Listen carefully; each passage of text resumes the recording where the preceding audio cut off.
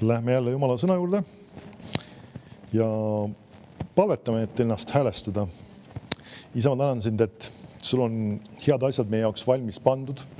Isa, ava mulle sõna uks, et kuulutada sinu tahet ja sinu plaani. Isa, palume, et me võiksime saada sinu käest ilmutuslikke teadmisi, et püha vaim võiks meile ilmutada sinu sõna ja et me võiksime taada tugevaks. Ja isa, anna tarkust, anna praktilist rakendust ka selle asjale, mis saab õpetatud. Isa, et igaüks võiks näha vastuseid ja teada, mis sina tahad tema elus teha. Isa, ma palun seda Jeesuse nimel. Ma tänan sind, et sa teed seda. Amen. Amen. Nii, ma räägin täna sükksest takistusest, mis tervenemise ees tegelikult vahest võib olla, on loomulike seaduste eiramine. Ja siis ma lühidalt panin pealkirjaks loomulikud seadused. Nüüd me teame seda, et on olemas Jumala riigi seadused. Terve hulk on neid. Piibel räägib nendest päris mitmetest, aga Jumal on paika pannud, ma nimetan siis loomulikeks seadusteks väga palju erinevaid seaduspärasusi või asju, mis meie ümber nii-öelda toimivad. Üks on kas või see, et maa tõmbab sind külge, et sul ei õnnestu nii-öelda üldreeglina nii-öelda siis ise lendama hakata, kui sa mingisugust lennukit ei kasuta või mingit muud aparaati. Aga nii et selles mõttes on väga palju erinevaid loomulikke seadusi. Ja vahetevahel inimesed eiravad neid ja sellepärast nad on haiged. Ja tegelikult, mis on selle lahendus? Lahendus ei ole see, et nüüd tuleb paluda ja nüüd tuleb uskuda, vaid lahendus on hoopis need asjad korda seada ja muuta need võib-olla praktikad, midagi teistmoodi teha ja see toob sulle tervenemise. Nüüd mõni võib öelda, et kas sellisel kombel võib ka tervenemine tulla. Jah, sedasi võib ka tervenemine tulla. Ma toon ühe näite, mitte enda elust, vaid Keith Moore on seda mitmeid kordi rääkinud enda elust.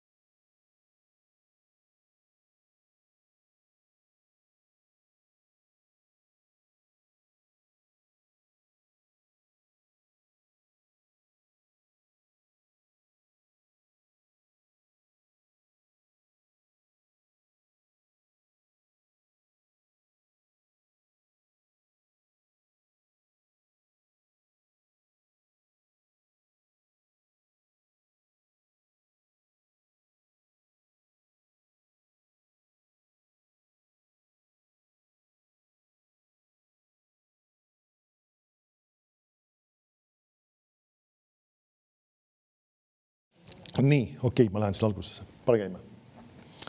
Nii, kiitus Jumalale. Ja on mõningad loomulikud seadused, mis Jumal on paika pannud, mida me peame tegelikult järgima. Ja nende eiramine võib olla tegelikult tõsine probleem. Ja ma toon ühe loo, mis on Keith Moore ise rääkinud.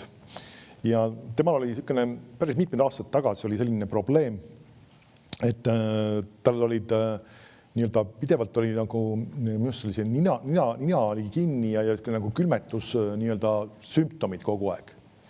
Hääl oli ära tegelikult, õigus oli põhiline just isegi elas juures. Ja ta rakendas oma usku, ehitas oma usku üles, tunnistas Jumala sõna, toitis ennast Jumala sõnaga ja asi kuidagi ei lahenenud. Ja see kestis pika perioodi, kuidas ta hääl nii-öelda oli jälle ära ja mingi, kui sama siis jutlustajana tegutses ka kogu aeg tol ajal minust, siis kui oli Reima piiblikoolis õpetamas. Ja ta mõtles, et mis jama see on. Ja siis ta võttis aega Jumalat otsima selle suhtes, milles on küsimus. Ja Jumala vaim ütles talle väga lihtsalt ja praktilist midagi.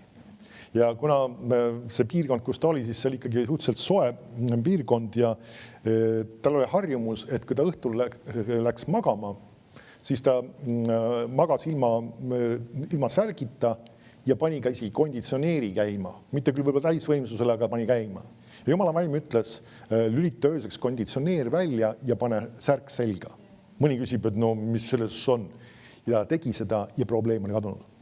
Miks pärast, sest et on vahetevahel mõningad asjad, mida meil tuleb praktilist teha Ja mitte see, et me peaks olema hirmu all nende asjade suhtes. Teine teema on see, et vahest mõned inimesed on hirmu all, et iga asi, et äkki ma külmetun ja äkki mulle juhtub see. Ja kui ma räägin nendest konditsioneeridest, siis ütleme, autodes on need konditsioneerid. Sa pead muidugi nendega tark olema, kui sul on selline asjandus või toas on olemas. Aga sellegi poolest, nagu mõned inimesed on hirmu all, nii kui ma olen sellega, ma kohe külmetun, see on hirm. Aga teise külje pealt jällegi, kui sul on tarkus järgida neid asju ja vaadata, võib-olla mõningad lihtsamad asjad ka. Talvel on hea sooje riideid kanda. Ja sa küsid, no mõni ütleb, mul ei ole väga külm. Sul on vaja, nagu öeldakse, ikkagi panna midagi soojemalt selga. Su ihu ei ole loodud, nagu öeldakse, püsivalt niivõrd suure külmaga hakkama saama. Ja mõni inimene lihtsalt jääbki selle pärast haigeks, et ta nagu ei järgi mõningaid loomulikke asju. Ja ütleme, kui sa oled lapsevanem, siis on väga loogiline, et sa jälgid seda, et su lapsel, kui ta õue läheb, et tal on olemas müts peas, sall kaelas, kindad käes, mis iganes erinevad muud asjad. Ja see ei ole mitte hirm, see on tark ja praktiline asi. Ja enda puhul on ka sellised asju tark teha ja erinevad muid asjugi vahest. Isegi kui sa näiteks teed hoolega kuskil tööd ja sa higistad näiteks füüsilist tööd teed ja kuskil on tuul ja ütleme erinevad muud asjad, siis on tark mitte hirmu pärast, aga siiski jälgida seda, et see nagu öeldakse märja nii-öelda ihuga kuskil tuule kätte ei jää ja et sa selle pärast ei külmeta. Nüüd me peame jälgima seda, et see ei ole hirmu pärast tehtud. Meil on võimalik ennast ka nii-öelda ihu nii-öelda ka karastada ja nii-öelda õhutada üles selles mõttes positiivselt, et sa nagu öeldakse, saad paljude enamuse asjadega hakkama. Ma räägin siia vahele mõne loo tegelikult ka, just kui Joel Siigel oli siin jutlustamas, siis me rääkisime eestlaste saunakommetest talle. Sellest, et kui kuum see saun seal on ja 90 kraadi ja vahest isegi 100 kraadi, siis selle peale ta ütles, et te ikka hullud täitsa. Siis ma ütlesin, et sellega ei piirdu, et talvel läheme lumehange pärast sauna laval olemist ja muul ajal lähme ka külma vette nii-öelda, nii et vähe pole. Ja siis see ütles, et ka eriliselt. Nüüd saad aru, teatud riikides või teatud inimestel ei ole sellist tüüpi harjumusi. Aga miks eestlased seda võimelised on tegema, on see, et nad tegelikult harjutavad. Et sul on võimalik oma ihuga harjutada praktilistes asjades vastu pidama palju rohkemateks asjadeks ja ütleme sellised asjad, ma natukene kindlasti puudutan ka sport või ütleme sellised füüsilised tegevused on need, mis teevad sinu ihu tugevamaks ja ka et sul on vastupanuvõime ka teatud tüüpi asjadele. Aga lähme ka ühe kirjakoha juurde, muidu ma lähen liiga paljudesse erinevatesse teemadesse ja lähme Markuse 6.30. Räägime mõningatest asjadest ja ühe asjana ma räägin sellisest asjast nagu puhkamisest. Vahetevahel mõned millegi pärast ma märgan, ma ei saa öelda, et süüdistada ainult noori saab, aga nooremad inimesed ütlevad, okei, kui ma vanaks saan, siis ma puhkan. Ja siis, kui sa juba vanem oled, siis sa mõistad seda, et nagu oleks vaja puhata. Meil kõigil on vaja harjumust puhata. Ja vaata, mis siin ta ütleb, Markuse 6.30. Nüüd see lugu ei ole meil juhuslikult piiblisse pandud, see on põhjusega. Ja apostlid tulid kokku Jeesuse juurde ja kuulutasid temale kõik, mida nad olid teinud ja mida õpetanud. Siis ta ütles neile, tulge teie kõrvale üksikusse paika ja puhake pisut. Sest tulijaid ja minejaid oli palju ja nad ei saanud mahti süüagi. Ja sõudsid paadiga kõrvale üksikusse paika ja paljud nägid neid ära sõudvat ning tundsid tema ära ja jooksid jala sinna kokku kõigist linnadest ja jõudsid neist ette. Ja kui ta paadist välja astus ja nägi palju rahvast, hakkas tal neist hale meel, et nad olid otse kui lambad, kellel pole karjast ja ta hakkas neid pikalt õpetama. Nüüd lähme korra siia algusse tagasi, selle teksti alguses, mis ma lugesin. 31 salm. Ma loen sulle, kuna ma meeldib ka laiendatud tõlget vaadata, see toob mõningad laiendatud nüansse välja, siis 31 salm on tõlgitud siin niimoodi, laiendatud tõlkes ta ütleb. Ja ta ütles neile, teie tulge üksi tühja paika ja puhake veidi, sest paljud tulid ja läksid pidevalt ja neil polnud isegi piisavalt aega süüa. Nüüd me näeme, mida Jeesus teeb. Tema jüngrid või siis apostlid tulevad tagasi sõna kuulutamast, inimesi teenimast ja nüüd, mida ta ütleb neile? Minge üksikusse paika, ehk siis privaatsesse kohta, kus need inimesed ei ole sinu nii-öelda ligi või kogu aeg, ütleme, seesama vajadus, mis on nagu mingil kombel vajab täitmist või ütleme, mis tõmbab ja ütleme, mingis mõttes ka kindlasti väsitab sind, et see oleks eemaldatud. See, mismoodi võime seda selgitada. Ja teine asi, et sa võiksid ka puhata. Nüüd see ongi üks asi, kui me räägime puhkusest, siis puhkus, ma tean, kunagi keegi mulle isegi on ütelnud, ma olen väsinud, ma ei tule mõne aja kogudusse ja ma lihtsalt olen kodus ja lähen sinna teise, kolmandasse mingisuguse reisile. Nüüd see reisile minek ei ole vale, aga iva on selles, see ei tohiks olla see, et sa tahad nagu Jumalast eemalduda selleks ajaks. Meil pole Jumalast vaja puhata. Meil on vaja puhata nendest asjadest, mis nii-öelda ka meie jõudu nõuavad või ütleme, meie aega nõuavad ja nii-öelda ka väsitavad ja kurnavad. See räägime siis füüsilisest tööst, meil on isegi Eesti riigis teatud seadused ja reeglid paika pandud, et inimesel, kes on töötamas, tal peab olema mingisugune aeg puhkust, tal antakse igas aastas siis teatud süsteemiga, ma ei hakka sellesse süvenema, ega ma kõiki peast ei teagi seda isegi. Aga nüüd see on paika pandud. Miks pärast? Sellepärast, et inimene vajab puhkust. Nüüd, kui sa vaatad, kui Jumal lõi maa või maailma, nii-öelda, siis ta 7. päeval puhkas. Nüüd võiks mõni küsida, kas Jumal väsis ära või? Nüüd me võime arvata, et mitte. Aga ta tahtis anda meile eeskuju, et meil peaks olema üks päev, mis on puhkepäev. Nüüd, kas pole huvitav, et meil on kristlikus traditsioonis on see osalt, sest et piiblis oli see, algselt oli see küll laupäev tegelikult, kui sind väga huvitab see. Aga hiljem kristlikus traditsioonis on see pühapäev on kujunenud selleks puhkepäevaks ja selleks hingamispäevaks, nagu vahest mõned nimetavad. Ja nüüd sellest pole midagi halba, ma arvan. Me ei pea nende päevade ümber, nagu öeldakse, kaklema ja inimesed teevad sellest hirmsaid suuri probleeme ja teemasid. Küsimus on selles, kas sul on puhkepäev. Näiteks, kui mina olen pastori rollis ja siis mul ei ole pühapäev puhkepäev tegelikult. Mul on arvatavasti vaja nii teine päev valida. Et selles mõttes sul peaks olema mingisugune üks päev, kus sa võtad aega puhkuseks. Nüüd, sest et Jeesus andis selle eeskuju siin ka selles situatsioonis. Neil nad olid tööd teinud, vaimulikku tööd teinud, neil on vaja nüüd puhata. Mis see tähendab, siis tegelikult sa peaksid tõmbama ennast just kõrvale, siis me räägime ka loomulikust tööst või siis asjadest, ka mis on teatud vastutusega seotud ja ka see privaatsus, see ei tea tingimata alati olema see, et sa pead kõigist inimestest eemal, aga seal peab olema mingisugune koht, kus nagu öeldakse, teatud asjad ei ole sind häirimas, ju mõtted ei ole kogu aeg nende praktiliste asjade peal, tööasjade peal, vaid et sa oled nii-öelda rahulikult sellest eemal. Sellepärast vahest mõni reisimine ei ole üldse paha tegelikult. Aga just seesama, ja see on Jumala printsiip ja see sihik, kui sa nägid kaks asja, mis siin oli just, et puhake ja minge siis sellesse üksikusse paika või minge selles nagu eraldi kohta nii-öelda, eralduge sellest nii-öelda sellest asjast, mis teie nii-öelda jõudu nõuab ja teie pingutust nõuab nagu. Need on väga olulised asjad, et me teeme seda.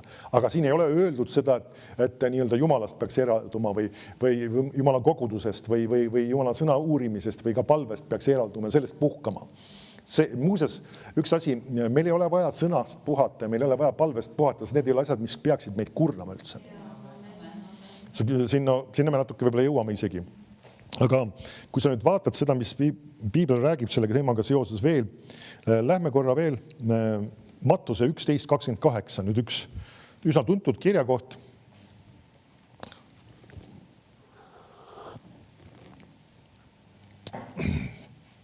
Ta ei räägi siin kohe otseselt, kui ta, ma loen sulle tegelikult, kui ta kohe laiendud tõlkes selle 28. salmist, sa võid lihtsalt jälgida seda, mismoodi meie eestikeelne tõlge ütleb, sest see võiks olla juba pähe kulunud tegelikult, sest ma olen ise seda päris palju kasutanud.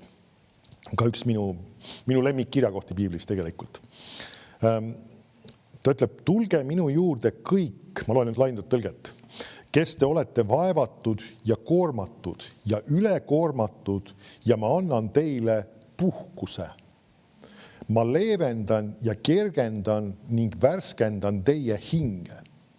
Nüüd ma toon siin välja, kui sa märkad siin seesama sõna, mis on meil eesti keeles tõlgitud, ma annan teile hingamise.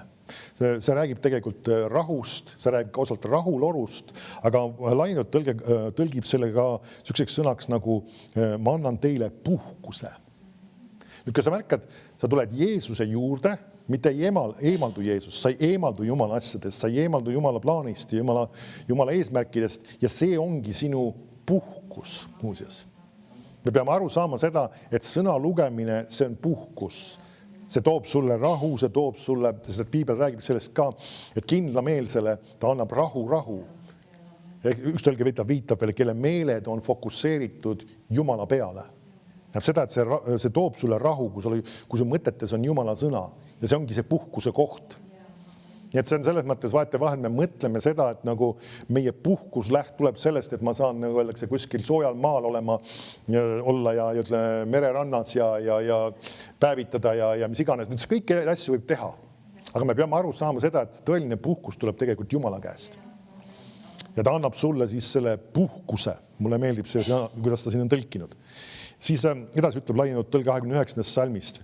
Võtke enda peale minu ike ja õppige minust, sest ma olen südamelt õrn, tasane ja alandlik, madal ja te leiate hingamise, leevenduse ja kergenduse ja kosutuse ja puhkuse ja õnnistatud vaikuse teie hingedele.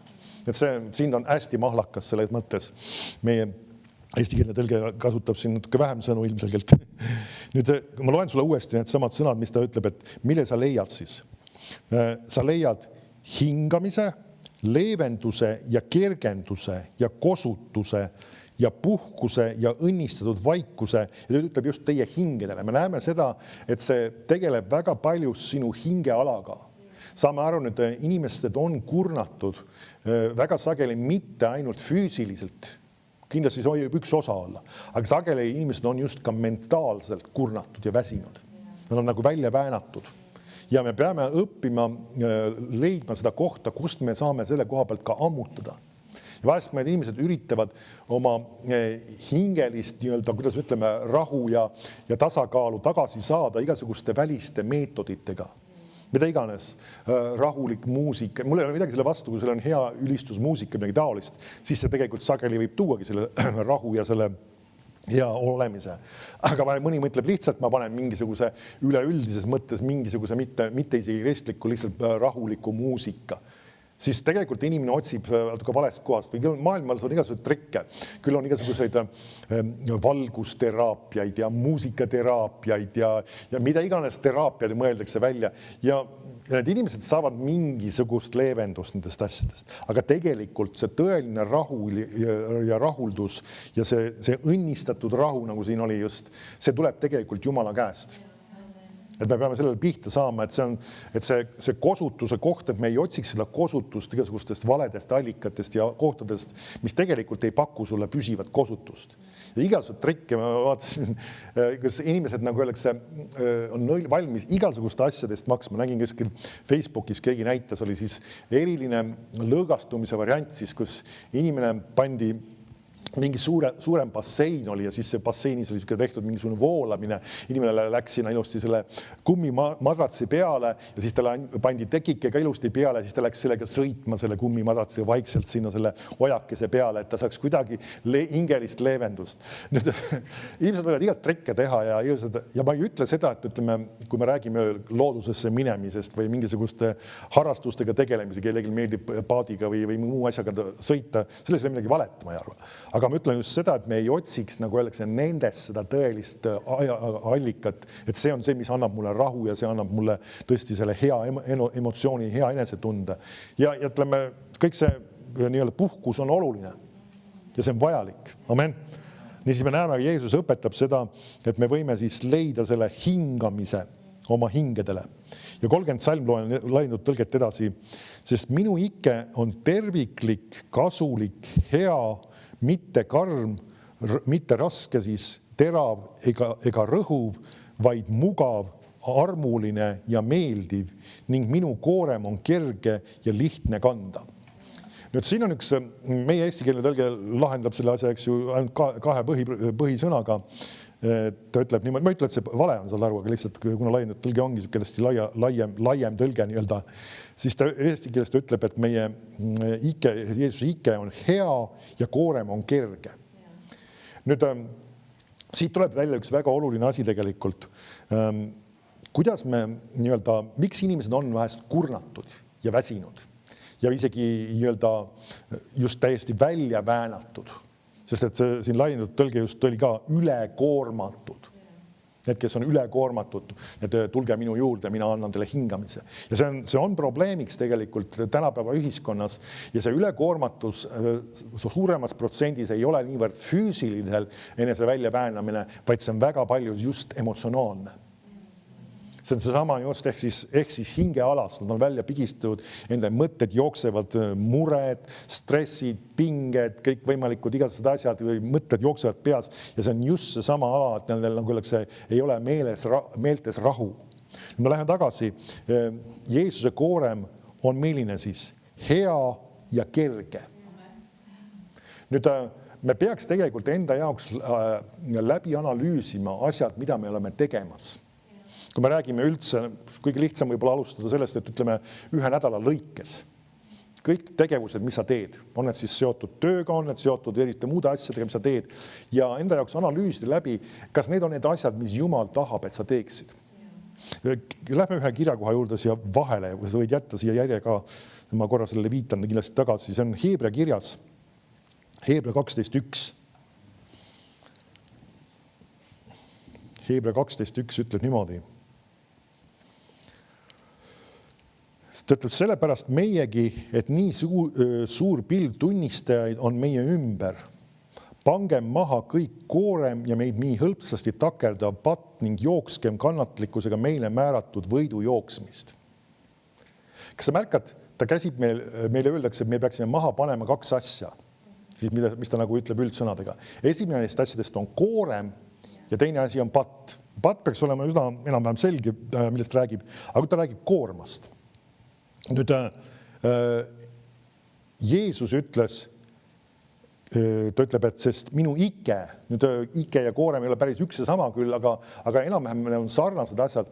Nüüd, kui Jeesus paneb sinu peale ühe ikke, siis see on hea ja kerge.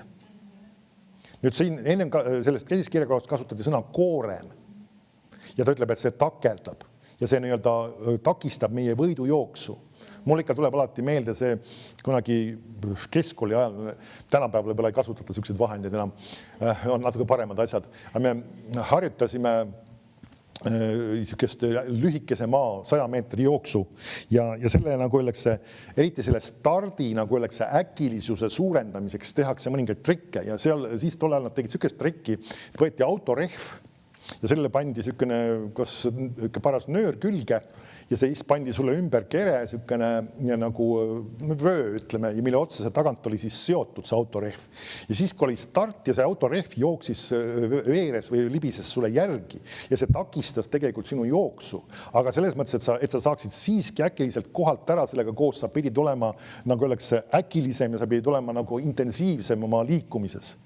Ja sellega treeniti seda ja pärast hiljem, kui päris jooksuks läks, siis muidugi koristati see ära, aga see tekitas selle efekti, et kuna sa olid koos koormaga harjunud rohkem pingutada, siis sa olid võimeline ka eneses nii-öelda midagi rohkem välja tõmbama enesest, et saada nagu oleks kiiremini kohalt ära ja kiiremini liikuma ja jooksta ka kiiremini. Nii et selles mõttes see oli selline trikk lihtsalt. Vahest pannaksegi erinevaid raskusi peale sellepärast, et sinu lihaseid treenida ja sind paremasse vormi saada. Ma ei tea, mis meetodid nad täna täpselt kasutavad selle jaoks, aga nüüd, see on siis asi tegelikult, siin ta räägib ka koormast ja mis on tegelikult sind takistamas. Nüüd mõni küsib, aga kuidas ma saan aru, mis on see nii-öelda asi, mis Jumal tahab, et ma kannaksin, see ikke, mis Jumal on mulle andnud. Nüüd see sama 2 asja tegelikult, mis meil siis eestikeelses tõlkes oli tõlgitud, kui me läheme tagasi sinna sellesse, see oli Matteuse evangeeliumi 11 30 siis tegelikult oli see. Eesti keeles on meil siis hea ja kerge. Kas see asi, mis sa oled tegemas, on hea ja kas see on kerge? Nüüd me ei tohi seda valesti tõlgitseda, vaata vahel meil on vaja mõningaid asju nii-öelda teha, võib-olla mis on ka mingis mõttes füüsiliselt rasked ja mis nõuavad teatud pingutust, aga saad aru, see kerge tähendab just seda, et nagu öeldakse, sa pead õppima koos Jumalaga seda tegema. Sest et kui sa teed seda ainult üksi ja ise pressid läbi, ise üritad hakkama saada, siis see ei osutu sinu jaoks kergeks. kui mina pean tegema, mina pean hakkama saama, mina pean proovima, mina pean leidma lahenduse, siis ta ei ole kerge. Kui sa küsid Jumala käest abi, küsid tema käest nõu, küsid tema käest tarkust ja jumaliku varustuse, siis ta muutub kergeks.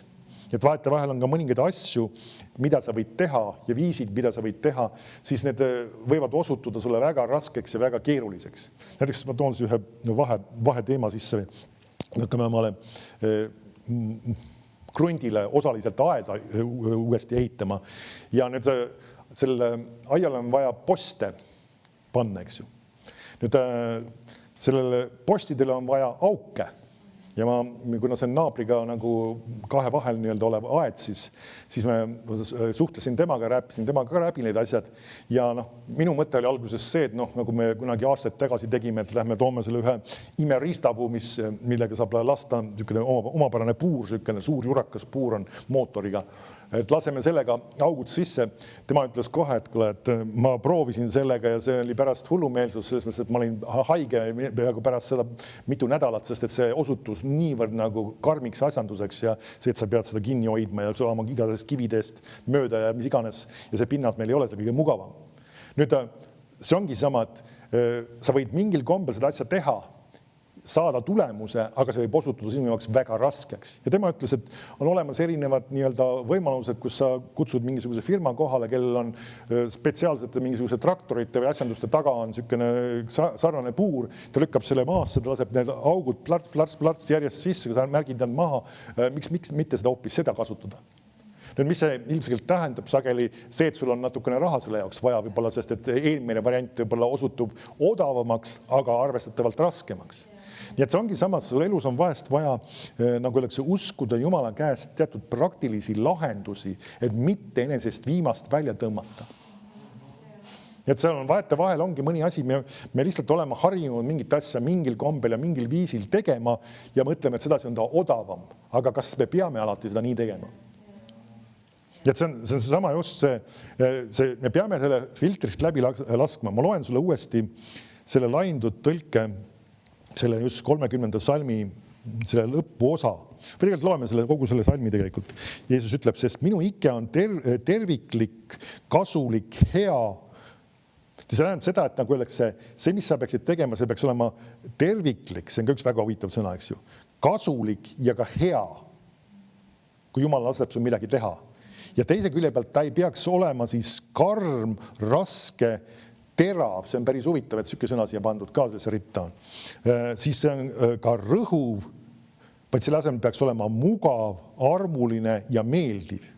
Nüüd mõni ütleb, see käib kõik näeb nagu nii nagu lillepidu ja lust. Ja nüüd me peame aru saama, et elu ei peagi olema üks tohutu vaev ja viletsus, sest mõndade inimeste kujutel sellest, et on see, et kristlaste elu peakski olema nagu oleks kogu aeg üks kõrberännak. See on see, millega nad tahavad seda võrrelda.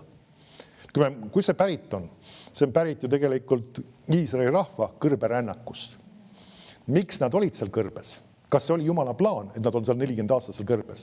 See ei olnud algne Jumala plaan. Jumal oli plaaninud nad viia üsna kiiresti tõotatud maale. Aga kuna nad olid sõnakuulmatuses, nad olid virisejad, nad olid hädaldajad, nad olid uskmatuses, siis nad käisidki seda pikka viletsuse teekonda. Ja kui inimesed on uskumas seda, et nende kristlik elu peabki olema üks viletsuse ja hädade ja probleemide rada ja jada, siis tegelikult nad panevad ennast valmis, et nad plaanivad sõnakuulmatuses elada. Sest et see õpetussõnades üks kirjakoht, mis ütleb, et just üleastuja ja ka ütleme, see liitab ka just inimene, kes elab patuse, tema tee on raske. Ehk siis see teekond, mis ta elus elab, see saab olema keeruline ja raske. Et see ei ole Jumala plaan, et meie elu peab olema tohutu raske ja kurnav ja väsitav ja välja väänav. Amen. Hea ja kerge. Need on need asjad, mida Jeesus ütleb. Hea ja kerge. Miks ta on kerge? Sest Jumal on see, kes tuleb appi. Miks ta on hea? Sest Jumal on ka hea ja tahab sind aidata. See ei tähenda seda, et sul ei tule probleemsed ja keerukaid olukordi ette, aga Jumal tahab sulle anda neile lahenduse, et sa saad nendest asjadest kergelt läbi. Ja see peakski nii olema, et sa mingil hetkel vaatad, see asi tundub nagu sinu jaoks väga keeruline ja raske asi ja küsid Jumala käest abi ja Jumal annab plaks lahenduse ja sa ütled, kuule see polnudki midagi keerulist. Et see on see sama asi, kuidas Jumal tahab, et me tegelikult tegutseksime ja kuidas me asju, nagu öeldakse, saaksime hämmastavalt häid tulemusi. aamen, aamen.